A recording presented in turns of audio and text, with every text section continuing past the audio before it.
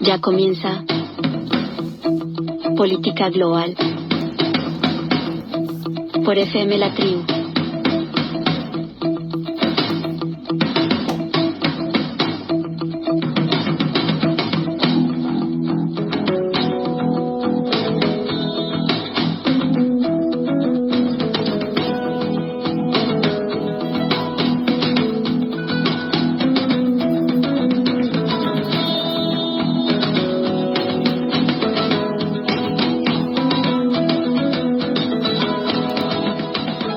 ¿Qué tal? ¿Cómo están? Muy buenas tardes a todas y a todos.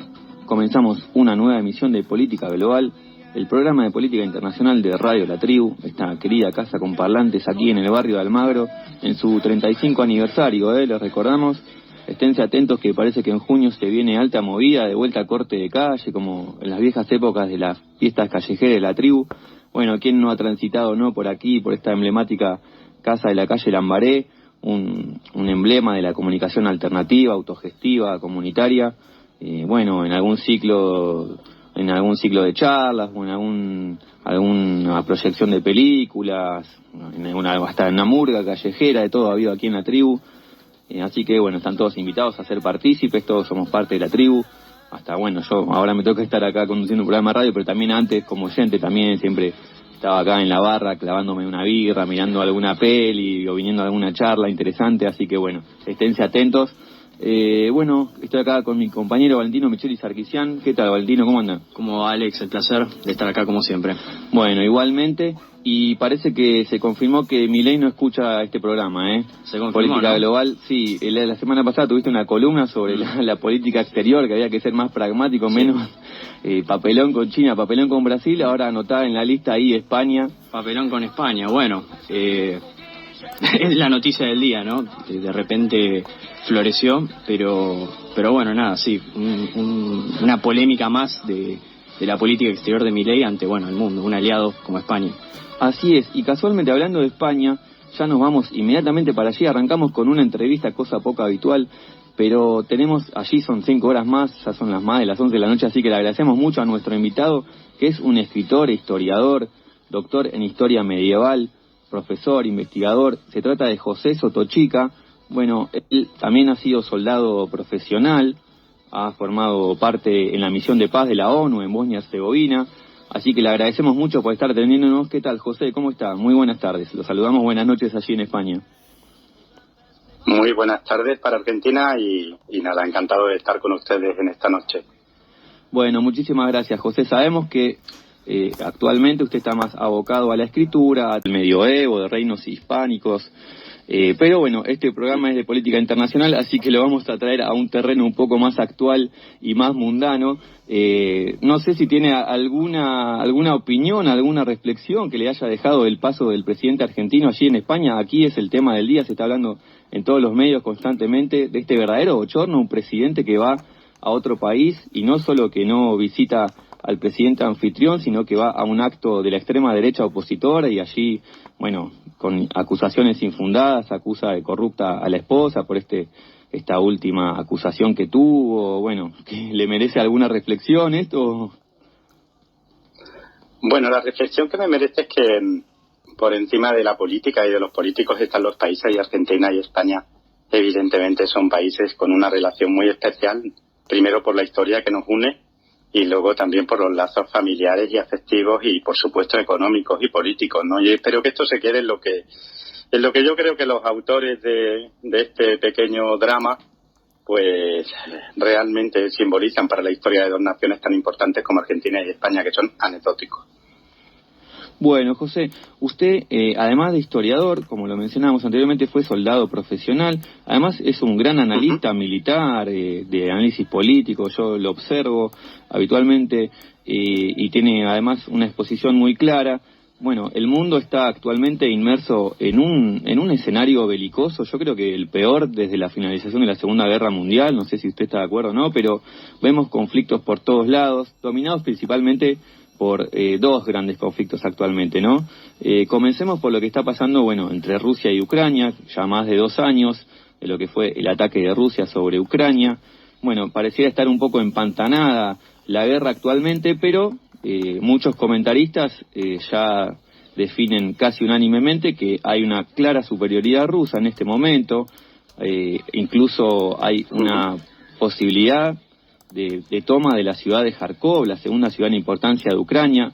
Es una línea roja que establece la OTAN. No creo que Rusia llegue a tanto. Muchos dicen que, bueno, en realidad esa operación es para que Ucrania tenga que destinar militares hacia la defensa de allí y desproteja a otros frentes orientales. ¿Cuál es su opinión? Que además fue debido a su conocimiento de la historia, no solo analizarlo militarmente, sino también el contexto histórico. Dos pueblos casi más que primos hermanos, casi hermanos, ¿no? Con culturas muy similares, idiomas muy similares en este estado de guerra actual. Sí, efectivamente, esto es lo primero que hay que destacar. En su momento aquí en España, pues, me preguntaban por ello, ¿no? Porque digamos que las raíces de Ucrania y de Rusia son exactamente las mismas, ¿no? Que es la Rus de Kiev. Si el origen de Rusia es la Rus de Kiev, es decir, es un estado medieval que se funda en el siglo IX y a partir del cual van a surgir tres naciones como es Bielorrusia, Rusia y Ucrania, que tienen un pasado común, tienen una cultura muy parecida, evidentemente, incluso sus lenguas pues están muy próximas entre sí, son lenguas diferentes, pero muy próximas, ¿no? Como puede estar, por ejemplo, el gallego del castellano o el castellano del portugués, es decir, esa sería la distancia aproximada, ¿no? Y lo segundo que hay que decir que esto era previsible. Es decir, si uno estudia la historia de Rusia y de sus conflictos, de sus guerras, ¿no? Lo primero que a uno le sorprendía es los análisis que se estaban haciendo sobre que el ejército ruso, sobre que Rusia, pues estaban perdiendo la guerra, que eran un desastre, que serían incapaces de enfrentarse a esa Ucrania, pues, vamos a decirlo, ¿no? De manera coloquial, dopada, ¿no? Por el dinero y por el armamento que se le estaba proveyendo desde Estados Unidos y desde Europa, ¿no? Pero para cualquiera que tenga un poquito de análisis a largo plazo sabía que Rusia siempre comienza perdiendo sus guerras y termina ganándolas, ¿no? Y esto era algo previsible. La maquinaria militar rusa está funcionando a pleno rendimiento desde hace ya bastante tiempo. Su sistema de reclutamiento es mucho más efectivo que el que acaba de poner ahora en marcha Ucrania ahora. Es decir, cuando ya llevamos 2 años de guerra, esto es algo inconcebible en una guerra del estilo que se estaba librando allí. Y evidentemente tenía que pasar lo que está pasando y yo creo que va a seguir pasando a lo largo del próximo mes, que van a ser pues un cierto derrumbe, no sé si colapso, pero sí derrumbe del frente ucraniano y de progresión del avance ruso. Y yo creo que al final esto nos va a llevar a algún tipo de acuerdo, de forzamiento de acuerdo, si Ucrania es medianamente realista. Si no lo es, pues evidentemente la guerra continuará, pero yo creo que Ucrania la va a perder de manera realmente aplastante. Espero que no. Espero que los ucranianos y los rusos lleguen a un acuerdo, ¿no? Pero yo creo que ahora mismo Rusia tiene una muy buena mano de cartas y puede ganar la partida. ¿Ve posible la posibilidad de que la OTAN se involucre ya directamente en este conflicto con presencia militar, con apoyo ya más directo del que ya tiene, que en realidad también está ahí subsidiariamente participando de la guerra, pero como lo sugirió el presidente francés Emmanuel Macron, con presencia militar, sosteniendo a Ucrania, y en ese caso eso puede estirar un poco más el conflicto, puede revertir la situación actual o tampoco? Yo creo que lo que Macron dijo en su momento fue una francesada, como decimos en España. Francia está muy dolida, podríamos decir, en términos coloquiales, ¿no? Con Rusia, porque Rusia, pues en el Sahel está obteniendo una serie de triunfos y Francia, que era la potencia dominante en todo lo que hoy es la zona del centro oeste de África, Mali, Burkina Faso, Níger, etcétera, pues está en franco retroceso, ha sido barrida completamente de toda esa zona. Ahí se está jugando una partida muy diferente, en la que solo están ya Rusia, China y Estados Unidos, donde se está peleando por una serie de minerales estratégicos y de posiciones de salida en lo que va a ser el continente del futuro, que en contra de lo que mucha gente cree va a ser África. Y ese dolor que tiene Francia por verse relegada a su condición de potencia de segundo orden, pues lleva a su presidente a hacer ese tipo de declaraciones muy rimbombantes, pero que no van a llevar a ningún sitio. Yo no creo que la OTAN esté interesada en involucrarse en un conflicto de alta intensidad con Rusia, entre otras cosas porque Rusia evidentemente es un enemigo a tener en cuenta, preocupa mucho a los europeos, nos preocupa a los europeos, pero el mundo se ha vuelto muy complejo y Estados Unidos está mirando en dirección a China, y involucrarse en una guerra a gran escala con Rusia no le beneficia en modo alguno. Así que yo creo que a la larga se va a buscar algún tipo de compromiso, se le va a echar el freno a Ucrania y se la va a obligar a llegar a algún tipo de acuerdo con Rusia. Ese es mi análisis como historiador y también pues como persona que le gusta informarse sobre lo que está pasando. Y creo que ya se está haciendo, ¿eh? En Europa ya están preparando a la opinión pública para este cambio, para este giro. Es decir, si hasta hace poco aquí se abogaba y se apoyaba a Ucrania y se hablaba de una guerra de largo recorrido, ahora ya se nos está recordando que a lo mejor esta guerra no hay que librarla ahora. Bueno, José, lo llevo entonces al otro conflicto que está acaparando la atención desde octubre pasado de los grandes medios hegemónicos, que es el de Medio Oriente. Aquí casi todas las semanas hacemos mención, bueno, ya van más de 35.000 víctimas del lado palestino, en esto que nosotros desde aquí al menos categorizamos como un genocidio. Bueno, ¿qué análisis? Ya hemos repasado aquí la historia de cómo surgió el Estado de Israel, desde la perspectiva histórica y actual. ¿Cómo ve este conflicto? Si también avisora alguna solución posible, esto de los dos estados, que pareciera ser la solución que propone la ONU. ¿Cómo ve este conflicto? Sí. Pues yo siempre trato de analizar este tipo de situaciones de una manera desapasionada y objetiva, como cuando analizo acontecimientos que ocurrieron pues hace 1000 años, ¿no? Tienes una distancia que te permite evaluar de forma racional lo que está ocurriendo, ¿no? El caso de Israel y de Palestina es probablemente uno de los conflictos más endiablados de la historia universal, porque evidentemente a todos nos despierta una serie de situaciones morales muy complejas y complicadas, ¿no? Estamos hablando de un pueblo que sufrió el peor genocidio que se recuerda en la historia, que fue el pueblo judío, y estamos hablando de un pueblo como es el palestino, que lleva sufriendo también, pues evidentemente desde hace bastante tiempo, pues violaciones constantes de los derechos humanos. Por lo tanto, si deja uno de lado esos condicionamientos morales y se va solo a lo que está ocurriendo realmente, lo primero que uno le debe llamar la atención es cómo los países árabes han cambiado su paradigma. Es decir, en este momento, y pese a todo lo que está ocurriendo, la mayoría de las potencias árabes no están apoyando a los palestinos de Hamás en Gaza, sino que están pensando en algún tipo de acuerdo, de convivencia, de desarrollo, teniendo en cuenta ya a Israel. Han integrado a Israel en su organigrama político. Esto es muy importante, porque esto condena a los gazatíes de Hamás, no a la OLP en Cisjordania, pero sí a los gazatíes a la derrota, a la larga. Pero igual que le digo esto, también le digo que Israel está forzando demasiado la máquina. Tenía una buena mano también en este caso. Tiene de su lado algunas potencias árabes que se están poniendo de perfil, como puede ser Arabia Saudita, como puede ser Emiratos Árabes, como puede ser Egipto, Jordania, Marruecos, etcétera, ¿no? Y está forzando demasiado la máquina y quizás al final rompa la cuerda, porque estos países pueden mantener esa posición por interés político, por realpolitik, pero no hasta un punto ya de ruptura con sus poblaciones que mayoritariamente están en contra de esa postura de sus gobiernos, ¿no? No sé si me explico. Es decir, Israel quizás está forzando demasiado y esos beneficios que tenía al principio de este conflicto, es decir, de conseguir que las potencias árabes no apoyen a los terroristas milicianos de Hamás, pues puede quizás cometer el error de forzar en demasía la máquina. Al final este conflicto solo se va a poder resolver mediante el acuerdo. Aquí no hay solución de victoria, ni para Israel ni para el pueblo palestino. O se les impone, entre comillas, una paz acordada, y eso solo se puede hacer desde el poderío de Estados Unidos en la región con sus aliados, o evidentemente este conflicto no tiene solución. Tampoco la tiene vía Irán. Es decir, Irán, por mucho que quiera apoyar a Hamás o a Hezbollah o algún otro de los movimientos de la zona, realmente son conflictos de proxy que le pueden ayudar a Irán en su propia política internacional, pero que no van a conseguir que Israel pierda su preeminencia militar en la zona. Es decir, que al final es un conflicto endiablado.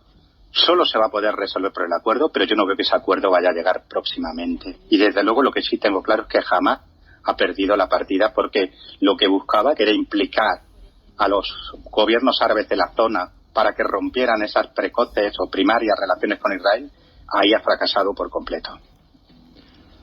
José, yo lo conocí hace un par de años de casualidad. Usted dio una charla online sobre el conflicto de Nagorno-Karabaj o Artsaj.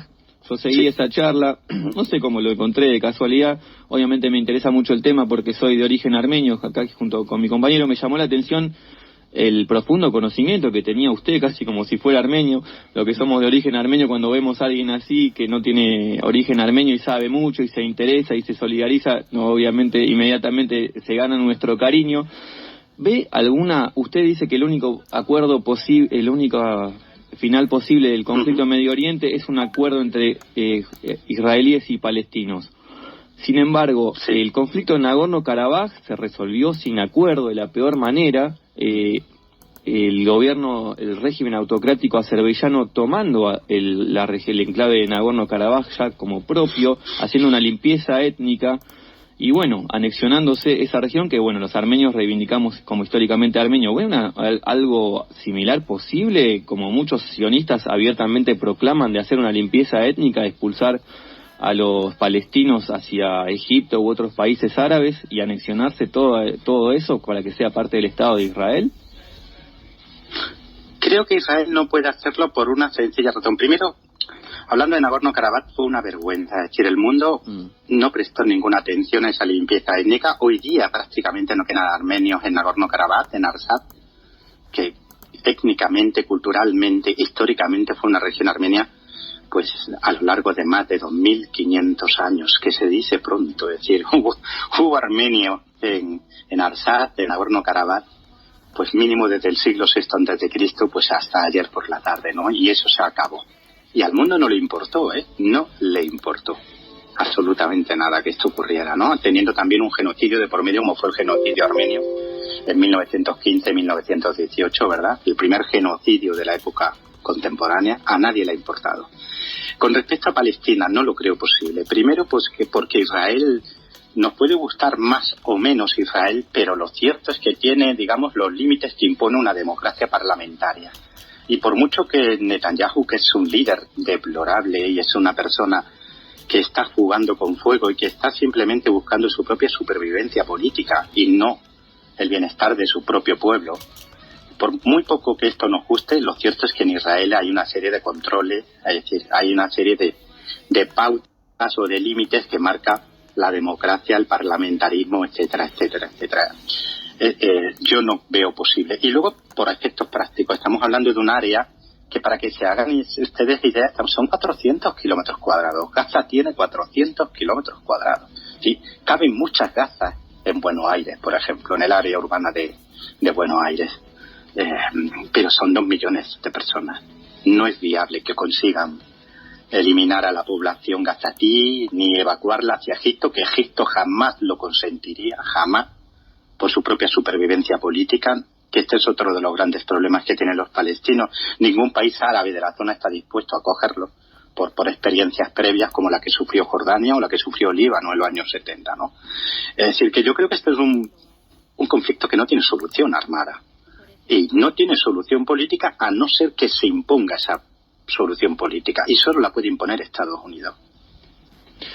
Bueno, José, la verdad que se nos pasó volando la charla. Podríamos estar horas hablando de todas partes del mundo. De verdad. Y bueno, lamentablemente los tiempos de la radio no son muy extensos. Usted mencionó el Sahel, también podríamos hablar un poco de lo que es África, lo que es la retirada de Francia, de la Francia colonialista de África, que está ocupando lugares Rusia allí, importante. Bueno, brevemente, usted, bueno, está, como lo mencioné al principio de la charla, ahora más abocado a la escritura de historia, libros, hasta novelas históricas. Creo que su último libro es sobre los visigodos, ese antiguo reino hispánico, que eran como de origen vikingo. Sí, efectivamente. He sacado un ensayo de Ovigildo, rey de los hispanos, sobre la creación de ese reino, y una novela que habla de la caída del reino visigodo y de la conquista musulmana en 711, ¿no? Son periodos muy muy agitados y muy interesantes y que forman la raíz de la esencia de nuestro país, ¿no? Tanto la conquista musulmana como el reino visigodo. Así es. ¿Cuántos libros tiene escritos? Lleva la cuenta, tiene varios, ¿no? ¿Perdone? ¿Cuántos libros tiene la cuenta? ¿Cuántos libros lleva escritos? Tiene varios. 14. 14. Van 14. Aquí en Argentina se consiguen 14, por sí, Amazon. Sí. Hago ensayo y hago novela, y ya van 14. Bueno, acá en Argentina se consiguen por Amazon o el que esté interesado. Por plataformas digitales. Por supuesto, plataformas digitales. Si a alguien le gusta el final del Imperio Romano o el periodo alto medieval, pues por Amazon en digital no van a tener ningún problema. De hecho, tengo muchos lectores argentinos, tengo mucha comunicación con ellos y la verdad es que siempre es un placer y un gusto, ¿no? Cuando me comentan desde Argentina, pues eso, que me leen, que les gusta lo que hago, ¿no? Tanto cuando escribo sobre la caída del Imperio Romano como cuando escribo de los visigodos o de la conquista musulmana. En Argentina hay mucho interés por la historia, ¿eh? Muchísimo. Sí, bueno, y en España me imagino que también. Usted está allí en Granada, ¿no? Sí, yo vivo en Granada y la verdad es que es una ciudad, pues eso, cargada de historia, evidentemente, ¿no? Sí, bueno, totalmente. Bueno, José, muchísimas gracias, la verdad fue un gustazo. Así que para nuestros oyentes, amantes de la historia, ahí lo tienen, José Sotochica. Pueden buscar todos los libros que tiene, como vieron, una exposición muy clara, además escribe muy bien. Yo lo tengo de amigo en Facebook, ahí cada tanto postea algunas curiosidades históricas, la verdad que muy interesante, el salvajismo que había en la Edad Media. Uno lee esos anécdotas. Las guerras de antes eran... Se le pone los pelos de punta. Se las gastaban duras en la Edad Media. Bueno, y ahora también, ¿eh? No hemos mejorado mucho, desgraciadamente, mucho. Desgraciadamente. José, muchísimas gracias, un abrazo grande, lo dejamos libre, vaya a descansar, buenas noches, y bueno, quedará para la próxima, por ahí algún que otro temita pendiente que quedó, lo molestamos y volvemos a tener una conversación. Claro que sí, cuando quieran, aquí tienen un amigo en España. Un abrazo fuerte para Argentina. Igualmente, abrazo grande. José, abrazo grande. Ahí estaba José Sotochica, historiador, escritor español, bueno, también fue soldado profesional. Hubo dos noticias de último momento, ya antes de último momento, ¿no? Pero antes de ir al corte, importantes, que fue ayer, en principio, el accidente aéreo del presidente de Irán, que, bueno, era todo un misterio que había pasado con ese helicóptero. Hoy se confirmó ya la muerte del presidente. Había viajado a Azerbaiyán. Ahí hizo una presentación de una represa hidroeléctrica junto al presidente de Azerbaiyán, el autócrata Ilham Aliyev. Finalmente se confirmó que Ebrahim Raisi, el accidente aéreo iba en un convoy con 3 otros helicópteros. Su helicóptero tuvo un accidente y se cayó.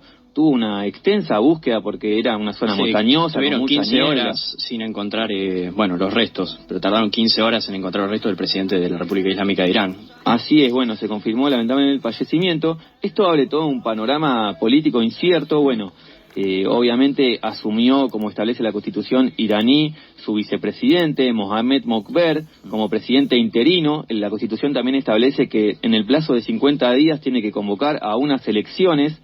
Este presidente que falleció, Ebrahim Raisi, era de ultraconservador, de la rama más conservadora, religiosa, iraní. Sí, de hecho era uno de los candidatos al sucederlo al trono al ayatollah Ali Khamenei, al actual líder espiritual por excelencia y conductor de la nación. También, obviamente, el hecho despierta conspiraciones, ¿no? El sucesor, o uno de los principales sucesores de Khamenei, ha muerto. Le levantó muchas sospechas, pero creo que se trató de un accidente, creo que hasta Irán ya, no sé si lo confirmó 100%, pero pareciera que no hubo nada turbio detrás.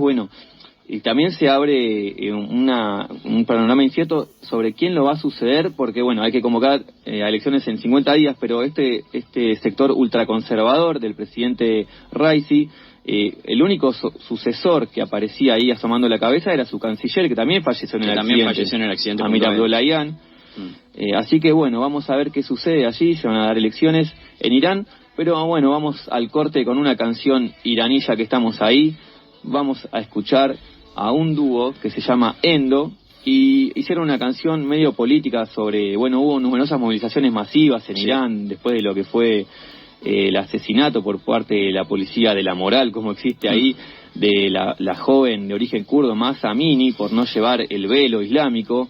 Esto suscitó una ola de protestas gigante, internacionalmente, difuminadas, que En el marco de esas protestas, este dúo Endo, una mujer y un chico, lanzaron este tema que se llama Fekreya Kardi Ta Beha. ¿Qué significa en iraní? ¿Alguna vez se te cruzó por la cabeza? Vamos a escucharlo y seguimos con más política global.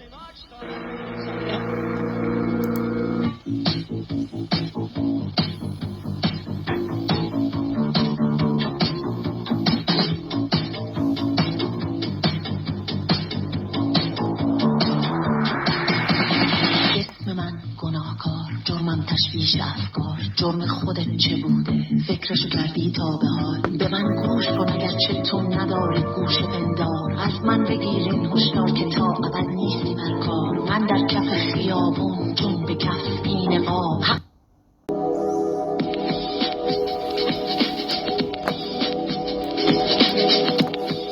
Bueno, seguimos en Política Global.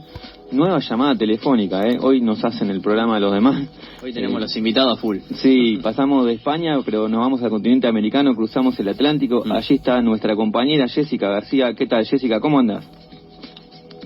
Hola, ¿cómo están? ¿Cómo van? Todo muy bien. ¿Vos Todo cómo bien. andás? Arrancando la semana allí en Bogotá, ¿qué se cuenta? Por aquí bien, pero ahí estaba escuchando justamente la entrevista anterior y pues nada, tengo ahí un par de cosas para responder porque claramente no estoy de acuerdo con la posición de José sobre la ocupación en Palestina, ¿no? Bueno, se viene la réplica para José Sotochica. Esperemos que haya apagado la radio, cortó allí en España. Qué pena que no estuviese aquí conectado todavía. Ah, bueno. todo bien. Lamentable me parece esta posición que justamente pues yo hoy quería hablar de Mekorot, una de las empresas del genocidio, ¿no? Y de la consolidación del régimen de apartheid, y justamente entrevistaron a una persona que justo hace 5 días se cumplió el aniversario de la Nakba y en su discurso no hace más que justificar lo injustificable de algún modo, ¿no? Esta cuestión de esta mirada colonialista siempre del norte global que considera que los pueblos del sur solamente pueden liberarse a través de la intervención de otra potencia colonial, ¿no? Esto que él decía al final de que la solución en Palestina pasaba por la intervención de los Estados Unidos. Pues yo quisiera saber en qué momento de la historia Estados Unidos como potencia colonial ha resuelto algún conflicto en el mundo, si no ha hecho más que destruir pueblos y asesinar y masacrar personas y pueblos del sur global en particular para sostener su poderío internacional.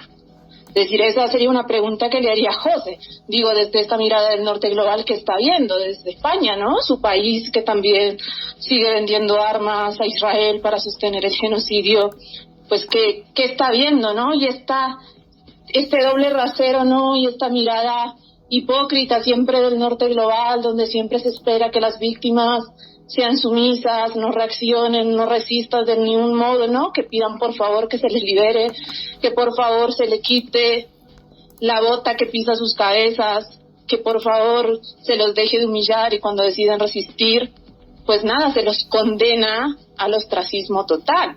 Me parece una mirada tan nefasta de los procesos de resistencia y lamentable que en 2024, cuando llevamos 7 meses de un genocidio transmitido en vivo y en directo, con más de 35.000 personas asesinadas, de entre ellas la mayoría niños, niñas y mujeres, sigamos diciendo que Israel es una democracia parlamentaria que tiene límites. ¿Qué tipo de democracia parlamentaria tiene límites y se sostiene que siga produciendo un genocidio contra un pueblo cuyo único crimen ha sido decidir resistir y pedir existir y resistir en su propio territorio? El único crimen del pueblo palestino ha sido simplemente no someterse y decir, pues nosotros tenemos derecho a resistir, tenemos derecho a estar en este territorio, nos pertenece, estábamos aquí, nunca aceptamos una propuesta de partición del territorio. ¿Cómo puede ser que frente a un genocidio en curso sigamos diciendo esto? Es decir, es vergonzoso que se siga diciendo que Israel es una democracia parlamentaria que tiene límites cuando está cometiendo un genocidio y no ha sido condenado simplemente porque tiene toda la complicidad de Occidente consigo mismo y porque Israel no es más que una potencia colonial que ha avanzado sobre el territorio ocupado a través de un proceso de colonización por asentamiento.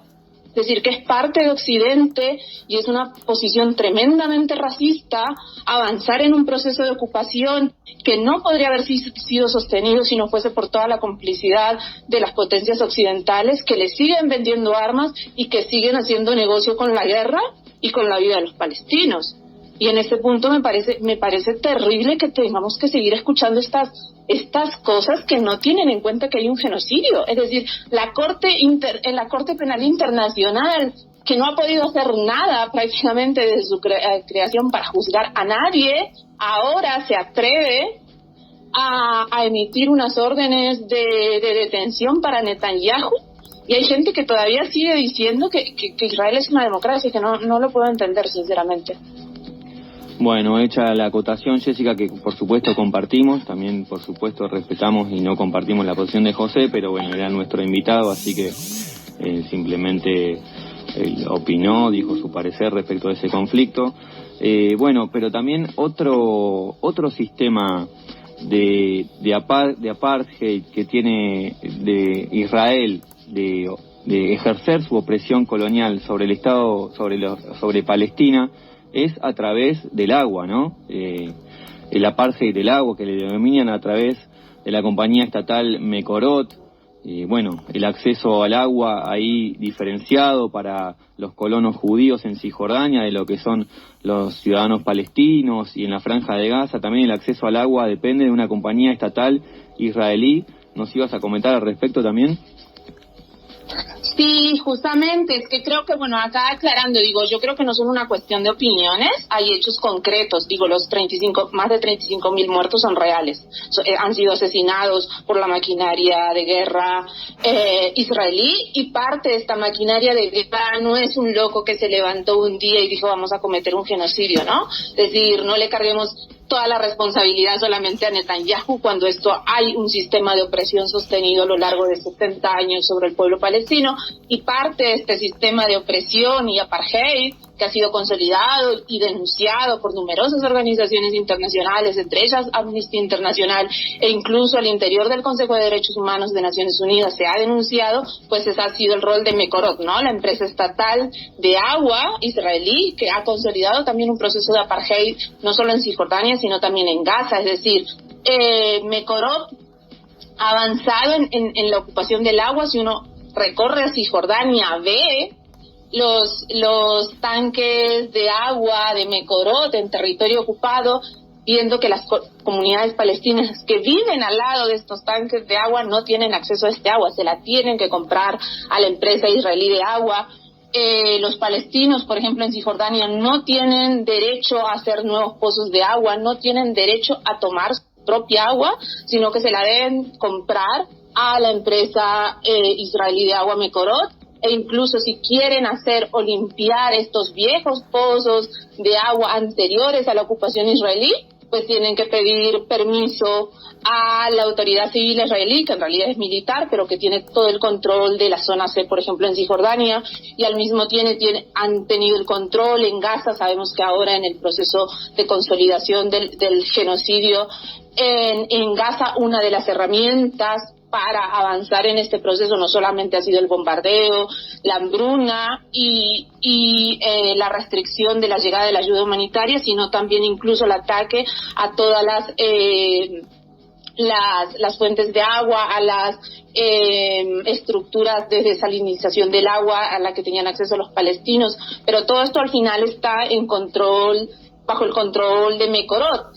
Y cuando volvemos otra vez a cuál es la relación con América Latina, y decir que las resistencias en América Latina y en todos los pueblos del sur global están relacionadas, y que lo que pasa en Palestina no está alejado de nosotros y nosotras, Mekorot es un punto central, porque si bien en este momento, en este proceso que sabemos de grandes sequías, inundaciones en Brasil, en Argentina, aquí mismo en Bogotá, donde ahora pues hay restricciones al agua una vez cada 10 días por zona, justamente porque no está lloviendo. Bueno, Mekorot está aprovechando para hacer grandes negocios con países latinoamericanos. En Argentina ya ha avanzado con algunos acuerdos con varias provincias, y esto no ha sido en el gobierno de Milei, sino que fue en el gobierno de Fernández. Está avanzada con varios acuerdos con al menos 10 provincias en Argentina. Primero un acuerdo marco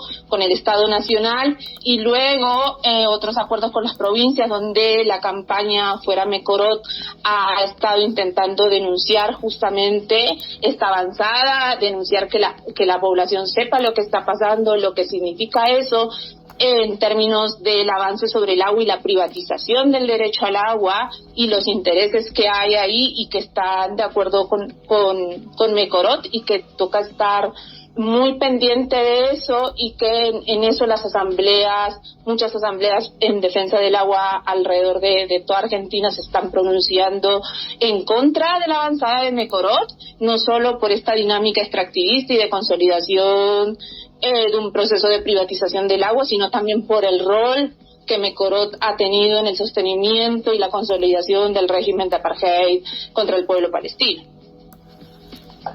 Así es, además un recurso tan estratégico como el agua, ¿no? Bueno, Jessica, muchísimas gracias por tu intervención. Bueno, nos estaremos viendo el lunes. ¿Algo más quedó en el tintero allí que quieras mencionar, acotar? No, muchísimas gracias a ustedes, y pues estamos hablando la próxima semana y seguiremos hablando justamente de estas avanzadas de privatización también del agua, con un poco más de detalle, pero también de la avanzada en la militarización de nuestros territorios y el rol que tiene Israel y Estados Unidos en la región. Dale, buenísimo. Muchas gracias, Jessica. Buena semana para vos. Nos estamos viendo el lunes. Bueno, ahí está nuestra Igual para compañera. Ustedes, un abrazo. Abrazo. Bueno, nuestra compañera Jessica García contradiciendo a nuestro primer invitado. Bueno, miradas opuestas, un debate opuestas, más que interesante, en el que, bueno, coincido en parte en algunas partes con José y en algunas partes con Jessica también. La verdad que son argumentos mucho más que válidos, lo cual, bueno, hace que enriquezca intelectualmente por lo menos el debate. Sí, por supuesto, siempre que se debata, ¿no?, con altura, como cada uno sosteniendo su posición. Fuera de la mirada de que hay buenos y malos, no hay buenos y malos en política internacional, sino un análisis objetivo que es, bueno, lo más rico, ¿no?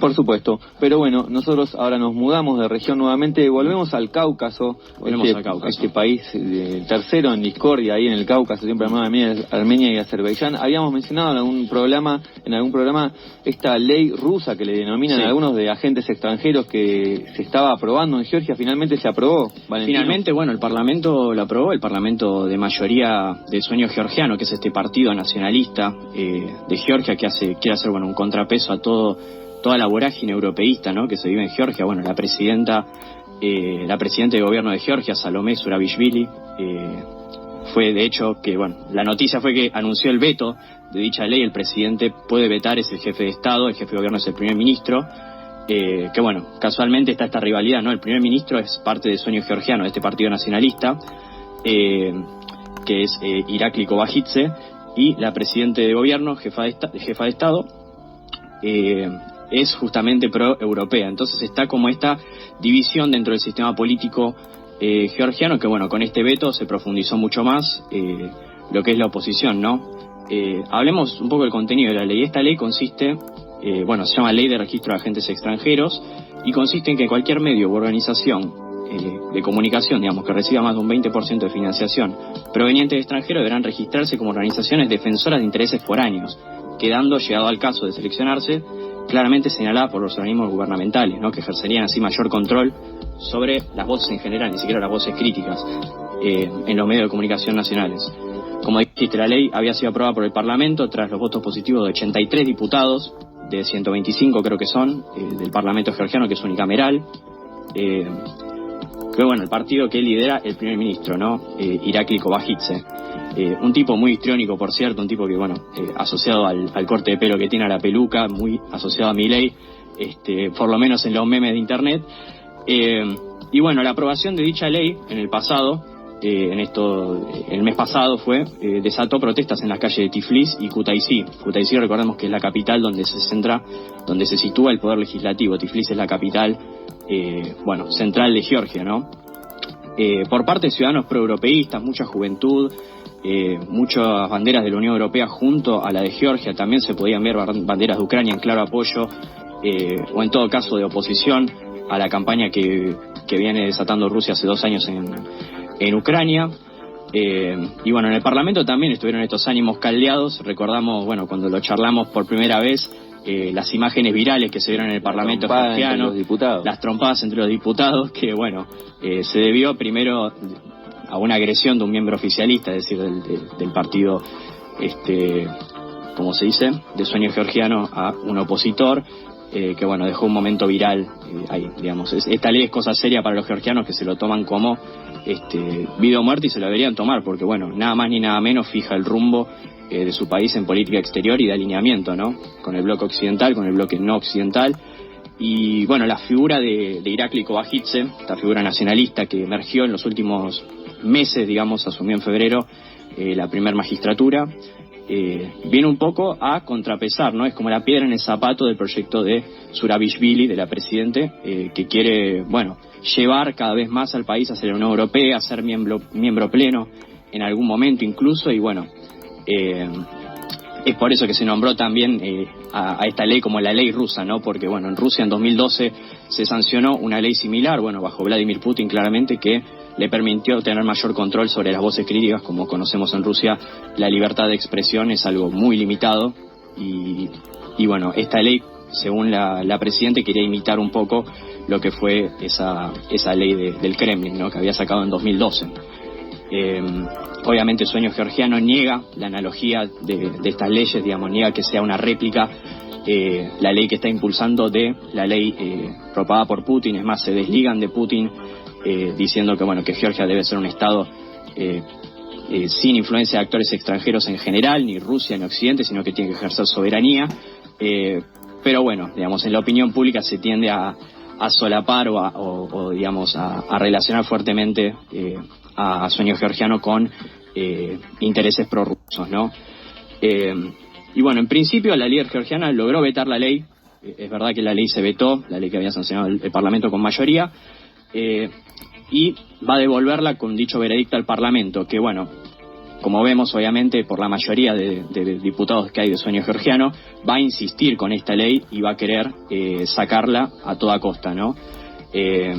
Irakli Kobakhidze, el líder, digamos, el que representa a Sueño Georgiano en la primera magistratura del primer ministro de Georgia, ha comunicado que estaba dispuesto a negociar dichos artículos de la ley con la presidente proeuropea, a lo que la presidenta dijo: no quiero, digamos, meterme en negociaciones, digamos, turbias, lo dijo así textualmente, con estos agentes prorrusos. Así que bueno, hay una grieta muy muy fuerte dentro del gobierno de Georgia, que bueno, va a definir, digamos, si Georgia quiere volcarse a pleno a Occidente, a la Unión Europea, como viene queriendo hacer con la presidenta Zurabishvili, o bueno, esta oposición que se le presentó por parte de Kobakhidze, de una Georgia más nacionalista, más autónoma en lo que es la política exterior y su política. Bueno, así es, Valentino, muy interesante, muchas gracias. Y de hecho, en estos países del Cáucaso, de Europa Oriental, en general la grieta suele ser justamente, ¿no? Estar alineado con Rusia o con la Unión Europea. Esto es como euroescépticos, le denominan a los que son prorrusos. Siempre suele haber como posiciones marcadas. En este sentido está pasando algo similar en Moldavia. Sí. Está, bueno, de hecho, en Eslovaquia, que también hubo un incidente con el presidente, que por un incidente trágico involucrado a un presidente, pasaron el de Eslovaquia en primer, y luego el Irán, y ahora el casualmente Irán, después de reunirse con Aliyev, los dos. Exactamente. Así que bueno, Aliyev te liquida totalmente, Aliyev, si había autócrata. Sí, exactamente. Bueno, pero el intento de asesinato que tuvo también fue por un hombre que cuestionaba su alineamiento con Rusia, que era muy pro-ucraniano, pro-europeo. El presidente Fico de Eslovaquia, que recibió un atentado la semana pasada, 5 balazos, está luchando por su vida, parece que ahora está más estable, no creo que ya no corre riesgo la vida, pero estuvo muy delicado los primeros días. Bueno, es la grieta que define a estos países de Europa Oriental. Sí, que bueno, se desató, digamos así, a viva voz después de lo que fue la intervención de Rusia en Ucrania, ¿no? En 2022. Que bueno, de ahí en adelante los países de esta región, como dijiste, tanto del Cáucaso, de Europa del Este, de Europa occidental también, incluso miembros dentro de la Unión Europea como Víctor Orbán, que son más disidentes de esta vorágine europeísta, fueron, digamos, eligiendo su lado, ¿no? En cuanto, bueno, a la retórica y en cuanto a acciones políticas concretas también. Bueno, esto parece ser la decisión, el dilema que acapara estos gobiernos. Bueno, Armenia mismo enfrentó a este dilema, bueno, ahora veremos más para Occidente. Y por algo vemos las protestas ahora y las respuestas a esas protestas diciendo, bueno, este es un agente ruso, o Pashinian es pro-europeo, nos quiere llevar a... Sí, pero no está mal, creo que hasta Estados Unidos mismo que cuestiona esta ley, tiene una ley similar de agentes extranjeros. No está mal que vos, si recibís financiamiento exterior, lo declares como que, bueno, recibo financiamiento del exterior, o sea, tanto porcentaje... Blanquea lo mejor todavía. ¿A qué intereses se está respondiendo? ¿De dónde recibís? Si tenés algo que esconder, es peor todavía. Exactamente. Bueno, 56 minutos pasan de las 18, ya llegamos, nos acercamos al final. Vamos muy brevemente a otro continente, Nueva Caledonia, en el medio del Pacífico, un territorio de ultramar francés, una colonia propiamente francesa. Nueva Caledonia, que también se conoce como Kanaki, los pueblos originarios autóctonos de esa región que se llaman kanakos, lo denominan así, no dicen Nueva Caledonia, dicen Kanaki. Bueno, este territorio dominado por Francia hace ya más de 170 años, fue declarado por la ONU como uno de los territorios que deben empezar el proceso de descolonización. Bueno, Francia está obstruyendo este proceso a través de que asumió Macron del gobierno, está obstruyendo este proceso. En la última semana hizo una reforma en la Asamblea Francesa del Censo Nacional de Nueva Caledonia, que en lo concreto permite a los residentes franceses en Nueva Caledonia de más de 10 años votar. Esto suma al padrón electoral 25.000 ciudadanos nuevos de origen francés que pueden votar y pueden variar ahí, cambiar la correlación de fuerza del Parlamento, que actualmente es pro-independentista. Bueno, a partir de las libertades que hubo para el voto, del proceso de descolonización, fue ganando terreno la rama independentista en Nueva Caledonia, y actualmente el Parlamento, después de mucho tiempo, tiene mayoría independentista. De hecho, el presidente de Nueva Caledonia, que es una colonia obviamente, pero también tiene una figura ahí presidencial, es también pro-independentista de la Unión Nacional por la Independencia, UNI, es Luis Mapú. Bueno, se está habiendo incidentes muy graves, ya hay 6 víctimas fatales en esta ley francesa, esta reforma de ley que hicieron, que permite votar a 10.000 ciudadanos franceses en Nueva Caledonia, desató toda una ola de violencia en Nueva Caledonia con incendios, saqueos, bueno, graves incidentes. Francia declaró el estado de emergencia allí en Nueva Caledonia, movilizó 3.000 agentes, soldados para proteger los aeropuertos, los puertos, desbloquear la entrada y la salida del país. Hay graves incidentes en la capital Numea hace ya una semana y siguen estos eventos. Un estado de emergencia declaró el presidente francés. Bueno, hasta de hecho acusaron a Azerbaiyán de meter ahí un poco la mano, el dedo en la llaga. Estuvo metiendo el dedo en la llaga ahí en la retórica, supuestamente por, bueno, los pueblos indígenas, esta retórica que quieren inventar Azerbaiyán, de proteger a las minorías un poco tribales, si se quiere. Y bueno, incluso ya vamos a ver en Nueva Caledonia bandera de Azerbaiyán flameando en apoyo al independentismo, ¿no? Exactamente, una clara venganza. Un laburo total de la Secretaría, bueno, de Asuntos Exteriores o del Ministerio de Asuntos Exteriores de Azerbaiyán. Sí, en venganza de lo que fue el aparente supuesto apoyo de Francia a Armenia.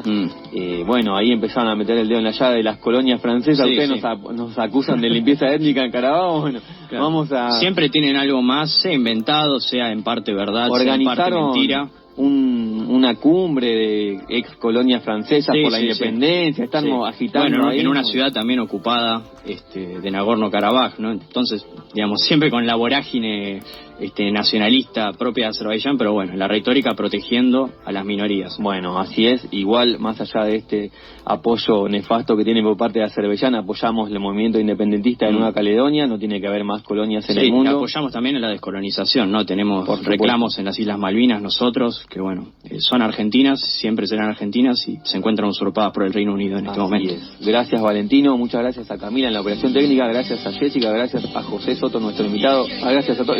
La semana que viene debate Jessica contra José, lo llamamos a los dos de España y Colombia. Parte 2, en vivo.